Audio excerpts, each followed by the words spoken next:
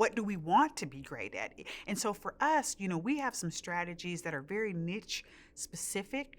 And although it may feel like a flywheel sometimes internally because we're trying to be very thoughtful and intentional about what we want that niche customer experience to look like at the end of the day, right?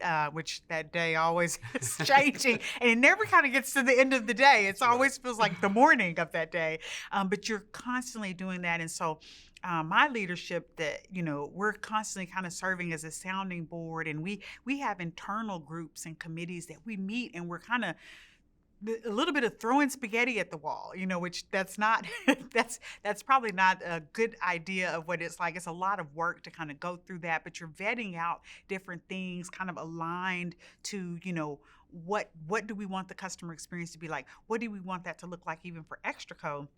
And once you get that alignment, things start to filter out easily and naturally. And then that's where you start tactically saying, well, now let's look at our timeline. Let's look at the fund budgeting process, those types of things. But I think that having an internal movement process like that helps us to not get distracted from everything we hear, because there's a lot to listen to.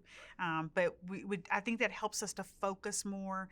Sometimes it may feel like internally that we're moving at a pace that's not as fast as we'd like, but the good thing is it's intentional. So we'll have energy at the end of the race, so to speak, because we've been very thoughtful about our approach.